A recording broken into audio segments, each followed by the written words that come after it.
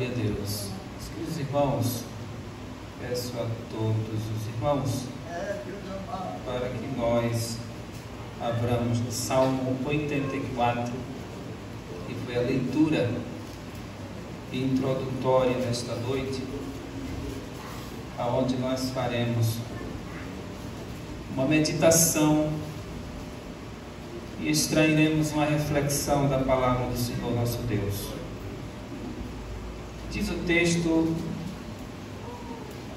no versículo 1. Após a leitura deste versículo, eu peço gentilmente que os irmãos podem tomar os vossos assentos. Diz assim: quão amáveis são os teus tabernáculos, Senhor dos exércitos. Amém, queridos? Podeis tomar os vossos assentos. Quero de antemão agradecer a oportunidade e o privilégio de ser o ministrante da Palavra de Deus nesta noite, agradecer a confiança do nosso pastor presidente, por extensão, sob a liderança do mesmo, a todos os obreiros. E é uma grande responsabilidade nós transmitirmos a Palavra do Senhor, porque a Palavra é dele. Nós somos simplesmente instrumentos nas mãos dele. Em nós mesmos nada somos, mas Deus é tudo. Deus, Ele é tudo. E, queridos irmãos, este salmo, ele celebra, ele enfatiza, ele fala-nos da importância da casa de Deus. Nós estamos vivendo num período, estamos vivendo numa época que já ultrapassou o que os historiadores chamam de modernidade. Nós já estamos na pós-modernidade. Houve um período da modernidade, chegou a pós-modernidade, e agora já estão mencionando outra expressão, que é a modernidade líquida. Não dá tempo de explicarmos isso, porque trata-se de filosofias humanas, filosofias vazias que não agregam nenhum valor à nossa vida espiritual. Mas nós vivemos no mundo, nós estamos no mundo, e nem por isso nós teremos que viver alheio à filosofia dos homens. Não, devemos conhecer o que está acontecendo, porque são sinais que evidenciam a vinda de Jesus. Ele está próximo para nos buscar, e o que eu quero enfatizar nesta noite é que nós não podemos perder, em face de tudo isso que eu tenho falado, que está ocorrendo aí fora, não podemos perder o amor pela casa de Deus. Não podemos perder o amor pela casa do Senhor. Nos tempos bíblicos, neste salmo, o salmista se reporta ao tabernáculo que foi erigido no Antigo Testamento. Se os irmãos não se importarem, a minha mensagem, eu sei que aqui o púlpito, os obreiros são bíblicos, mas eu gosto de passear pela Bíblia, cito referências, porque eu gosto de deixar a Bíblia falar por ela mesma. E não venham surgir as minhas próprias ideias na minha cabeça, não. A Bíblia fala por si mesma. E como o salmista está se reportando aos tabernáculos, quão amáveis, amor aqui no sentido de afeição, o salmista tinha afetos profundos pelo local onde Deus estava, que eram os tabernáculos. E nós vemos que no Antigo Testamento o Senhor chama Moisés. Moisés tira o povo de Israel do Egito, e nesse meio tempo em que eles estavam peregrinando no deserto, Deus manda que Moisés construa um tabernáculo. Agora a construção tinha que ser de acordo com o modelo que Deus tinha mostrado para Moisés no monte. Não era construído de qualquer maneira. Ilustrando também, quando Deus chama Noé, Deus passa as medidas da arca, Deus dá toda a planta da construção da arca, e Noé segue a risca.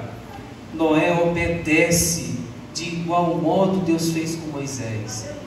E lá no livro de Êxodo, capítulo 25, versículo 9, está escrito assim na palavra de Deus: versículo 8, Êxodo 25, 8. Depois que Deus designa Moisés para erigir o tabernáculo de acordo com o modelo, Deus ele vai expor a razão pela qual ele mandou que Moisés construísse o tabernáculo. Olha o desejo de Deus, irmãos, como é maravilhoso. E me farão um santuário e habitarei no meio deles. Está vendo, irmão? Aleluia! O desejo do Senhor, meus irmãos, era estar no meio do seu povo. A razão da construção do tabernáculo era para que ele habitasse no meio do seu povo. É claro que de uma maneira muito mais profunda, essa verdade veio sendo revelada de uma maneira tão brilhante, tão magnífica, que quando nós chegamos em o Novo Testamento, aí nós temos uma revelação surpreendente dada por Deus ao apóstolo São Paulo. Veja que no passado Deus almejava habitar no meio do seu povo, mas no Novo Testamento, irmãos, para encurtar a história toda, Deus mandou construir um tabernáculo porque almejava estar no meio do povo. Deus permite que Salomão construa um templo porque ele queria estar no meio do povo. Mas no Novo Testamento ele não quer estar somente no meio, ele quer estar dentro de nós. Aleluia! Porque a Bíblia diz lá em 1 Coríntios 6, 19, que nós somos santuário do Espírito Santo. Há traduções que diz: vós sois o templo do Espírito. Está escrito que o Espírito Santo habita em nós, irmãos. Olha que coisa gloriosa da parte do Senhor. Deus queria estar no meio de nós, mas agora Ele habita em nossos corações pelo seu Espírito Santo. E o salmista, ele se reportando a este período, ele diz quão amáveis, o amor que ele tinha pelo tabernáculo do Senhor. Senhor dos exércitos. Aí ele vai descrever a condição da sua alma. A minha alma está anelante. Ah, meus irmãos, quantos perderam o anseio? Quantos perderam o anelo nesses tempos difíceis que estamos atravessando? A pandemia fez muitas pessoas ficarem enclausuradas dentro de suas casas e não quiseram mais sair. Muitos pararam de caminhar para o templo, para a casa do Senhor, aonde Deus ordena a bênção. A bênção de Deus é ordenada aqui. Mas muitos pararam por causa da pandemia. Eu me recordo, irmãos, que dentro desse período, eu louvo a Deus, a graça vem dele, que nos sustenta. Eu não tive medo disso e continuei com a minha família. Enquanto eu tinha carro, estava indo de carro no templo, adorar a Deus. Aí depois Deus permite que alguém leve, tudo bem. O ladrão que levou meu carro ficou tão surpreso, que fiquei tão calmo. E a pessoa que me levou para fazer o BO ali no boletim de ocorrência, ele ficou assim tão surpreso. Como é que você está tão calmo assim? O camarada acabou de roubar teu carro, você está tão tranquilo, tão sereno. Eu falei, meu irmão, ele tem o Espírito Santo assim. Deus está no controle da nossa personalidade, irmãos. Ele controla a nossa mente, as nossas emoções. Você não se perde, não. Ele controla o nosso coração. Aleluia. A coisa pode estar desabando aí fora, mas por dentro você está em paz com si mesmo. Está em paz em sua família. Está em paz na igreja. Está sempre alegre. O crente é assim. O crente, ele é uma incógnita para o mundo. Enquanto o mundo está triste, você está alegre. E eles não entendem você. Quem tem o Espírito Santo é assim. A gente continuou. Eu trabalhei do lado de pessoas que foram infectadas por esse vírus maldito. E estava tomando café, fazendo lanche com eles ali, e eles infectados. Eu não peguei. Ali, Jesus é muito bom comigo, né? Não tive medo. O segredo é não ter medo. Está escrito na Bíblia 365 vezes a expressão não temas. Nas traduções modernas da Bíblia está mais claro para você entender. Está escrito assim: não tenha medo. Fica mais fácil de entender. Não temas é não ter medo. E a gente, baseado nessa promessa divina, claro, com toda precaução do lado humano, mas a gente não ficou com medo, continuamos servindo ao Senhor com alegria. E aqui o salmista está nos dizendo, neste Salmo 84, quão amáveis são os teus tabernáculos, Senhor dos exércitos. No versículo 2, ele diz, a minha alma está anelante, ela anseia, ela deseja os tabernáculos do Senhor, e desfalece pelos átrios do Senhor. A Bíblia diz no Salmo 100, que quando nós chegamos na casa de Deus, até para você andar nesses átrios aqui, os átrios são as laterais do templo. Diz o texto lá que nós devemos entrar pelos átrios com louvores, louvando ao Senhor, aleluia. Enquanto muitos usam esses espaços, muitas vezes, para outras coisas, nós devemos usar para louvar a Deus. É o que o Salmo 100 nos diz. E o versículo 2 continua, o meu coração e a minha carne clamam pelo Deus vivo. Carne aqui, irmãos, é que a tradução essa tradução que nós usamos de Almeida Corrigida, ela foi lançada em 1819. Veja que ninguém aqui era nascido, é muito antiga. E carne aqui, o sentido é o meu corpo, o corpo físico, nosso corpo. Ele está dizendo, a alma nela, a alma desfalece pelos átrios. Olha o amor desse homem pelo templo, pela casa de Deus. O coração e a carne clamam pelo Deus vivo. Nosso corpo clama pelo nosso Deus vivo. E aqui ele vai mostrar que até a criação de Deus encontra amparo na casa do Senhor. Ele vai citar, até o pardal encontrou casa, e a andorinha ninho para si, e para a sua prole, junto dos teus altares, Senhor dos exércitos. Rei meu e Deus meu, até a criação encontra abrigo na casa de Deus. É um lugar que nós devemos ansiar estar, irmãos. E neste século que nós estamos vivendo, nós temos visto muitas pessoas perderem o desejo de estar na casa de Deus. Mas se você entrou aqui, se você está aqui, foi o Espírito de Deus que te trouxe aqui para adorar a Deus. Louvemos a Deus por isso. Olha, tanta luta às vezes para você vir ao templo, acontece isso, acontece aquilo, contratempos e assim por diante. Mas quanto mais dificuldade para você vir, venha, que Deus tem bênção para você. Deus tem bênção para a sua vida, aleluia. Deus tem uma bênção para a sua família neste lugar. E a Bíblia continua dizendo no versículo de número 4: bem-aventurados os que habitam em tua casa, louvar-te-ão continuamente. É feliz. Nós estamos estudando um trimestre maravilhoso que essa expressão bem-aventurado está sendo estudada. E essa expressão, ela vem significar uma pessoa não somente feliz, mas é muito mais que isso. É uma felicidade que transcende a mente humana, transcende as nossas emoções, porque é algo que vem de Deus. E as coisas de Deus ultrapassam o nosso entendimento. Mas a Bíblia diz que aqueles que habitam na casa do Senhor são felizes.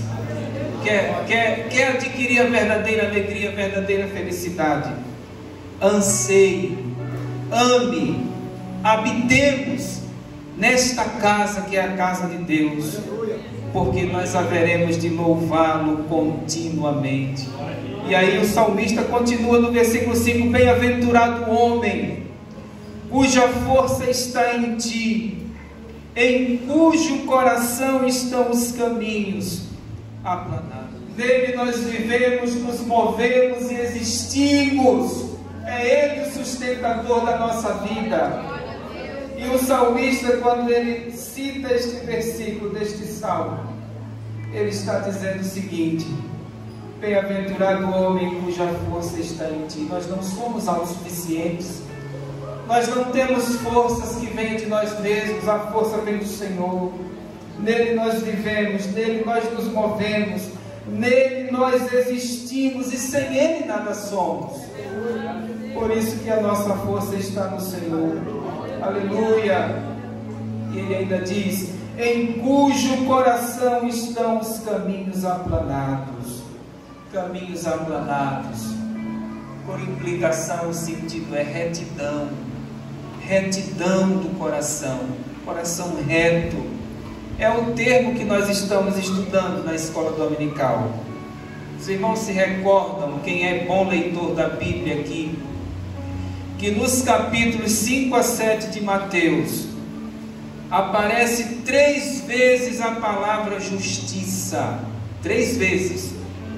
Jesus disse: bem-aventurados que têm fome e sede de justiça. Primeira palavra. Na segunda ocorrência ele disse: se a justiça de vocês não exceder a dos escribas e fariseus, de maneira nenhuma vocês entrarão no reino de Deus. Ali ele cita pela segunda vez a palavra justiça. E na terceira vez ele vai dizer o seguinte: mas busquem em primeiro lugar o reino de Deus e a sua justiça. 3 vezes a palavra justiça está nos capítulos 5 ao capítulo 7 de Mateus. E o que é justiça ali? Justiça é a retidão do coração. Aleluia! É a condição pela qual Deus nos aceita. Porque Jesus, quando proferiu aquele sermão, ele estava contrastando a justiça humana, a justiça fabricada pelo homem. Ele estava contrastando com a justiça requerida por Deus. A justiça requerida por Deus é a retidão de um coração regenerado, um coração transformado. Não é uma justiça fabricada pelo ser humano. Ela vem primeiramente de Deus, resultante da obra e graça do Espírito Santo, que nos transforma de dentro para fora. Aleluia! Os escribas e fariseus, eles tinham uma justiça mais ou menos assim. Eles, por exemplo, no capítulo 6 de Mateus, eles davam uma esmola, mas o motivo pelo qual eles davam a esmola era para serem vistos pelos homens.